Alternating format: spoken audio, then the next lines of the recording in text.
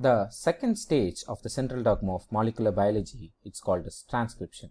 So what is a transcription?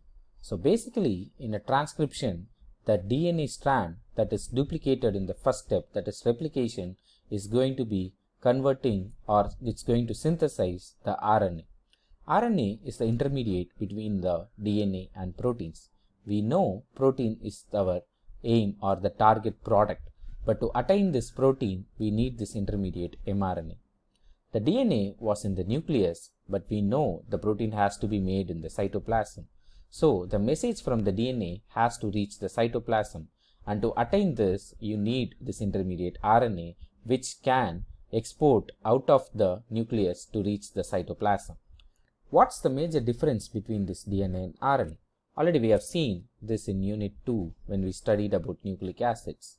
So basically we need to know just three major differences between this DNA and RNA. The first one is RNA usually contains ribose instead of deoxyribose.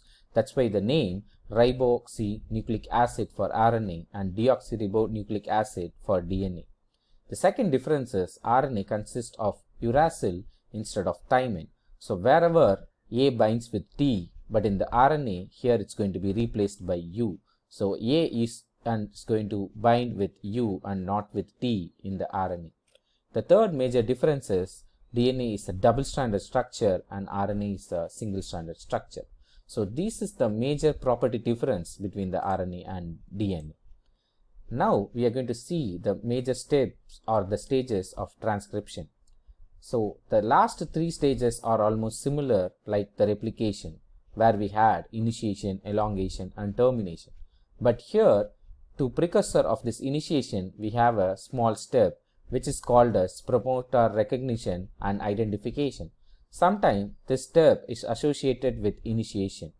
So we'll see what is promoters first. Promoters are a double-stranded DNA sequence that is binding site for the RNA polymerase. If you remember, in replication, we had a polymerase called as DNA polymerase because there the final product was DNA.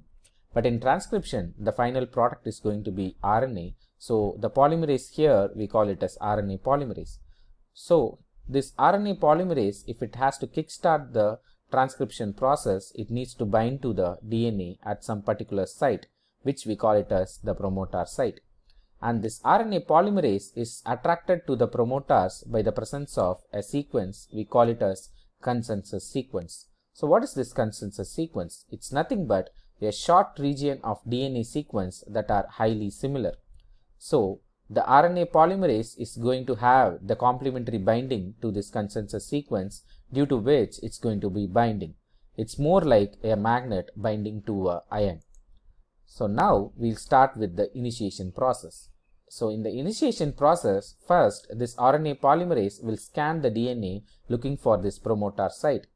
And once it is identified, there is a portion called as sigma factor which is present in the RNA polymerase will bind the corresponding sigma factor that is available in this promoter sequence. So once both the sigma factors from RNA polymerase and your promoter sequence are joined together, it kickstarts your initiation. And recent evidence is suggesting that at some promoters, the alpha subunit may bind to the AT-rich regions upstream of the sigma binding site. This AT-rich regions, we call it as Tata box. Tata means TATA, that is repetition of this two nucleotides. RNA polymerase is bound covering approximately 60 base pairs. So you can imagine the length of this RNA polymerase. This DNA is still a double helix because the closed complex, that is the double-stranded DNA, still not opened for transcription. This happens when the RNA polymerase unwinds the DNA. If you remember again very well, in the replication we had helicase and we had topoisomerase, which helps out in this unwinding process. But in the case of transcription, all these jobs are taken care by the RNA polymerase itself. First, the nucleotides are added to this RNA chain, which kickstarts the initial elongation process.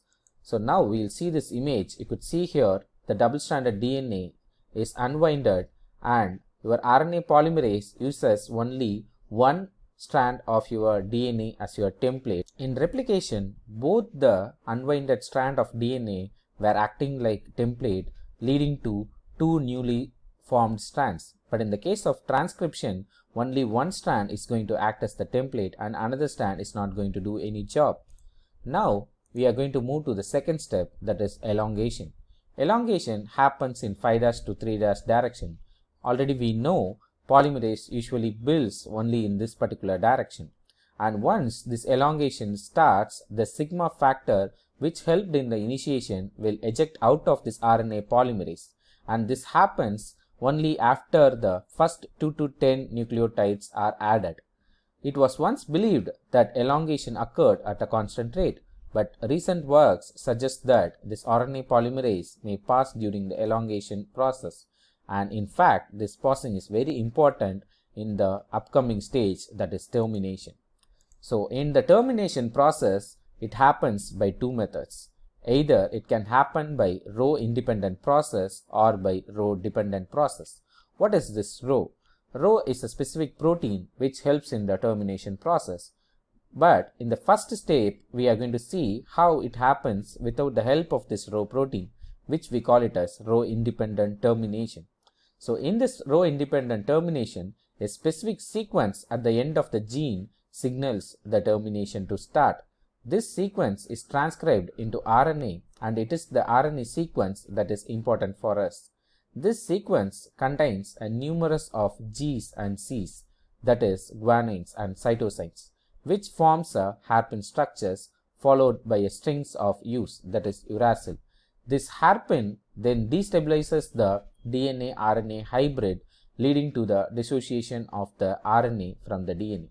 You could see the image here. The G's and C's form this hairpin loop along with the presence of U's. So due to this hairpin loop formation, the RNA strand will dissociate from the RNA polymerase as well as DNA RNA complex. This is called as row independent termination. Then what is row dependent termination? Here the row protein is going to bind to the sequence in the RNA, and this row moves along the RNA in the 3' direction, leading to the unwinding of DNA RNA hybrid by pulling up the RNA away from this DNA and the corresponding RNA polymerase. To do this, there is a special thing called as Rut sites, which is located at the 5' sites in the DNA, which causes the RNA polymerase to pass the transcription process. It is thought that this allows the row to catch up to the RNA polymerase and the RNA DNA hybrid. I could see the diagrammatic representation of row dependent termination here. So in this row dependent termination, the Rut site plays a very important role in passing the RNA polymerase, and it helps the row protein to pull away the newly formed RNA strand away from the RNA polymerase and DNA RNA complex. So either the termination can occur by this row dependent process or by the row independent process, which marks the termination of the transcription process. Now from the double stranded DNA you got a single stranded RNA, but still this RNA is not ready to move to the next stage, that is translation. To achieve it, the RNA has to undergo a few stages of maturation, or we call it as the post-transcriptional modification. We will watch what is this post-transcriptional modification in our upcoming video.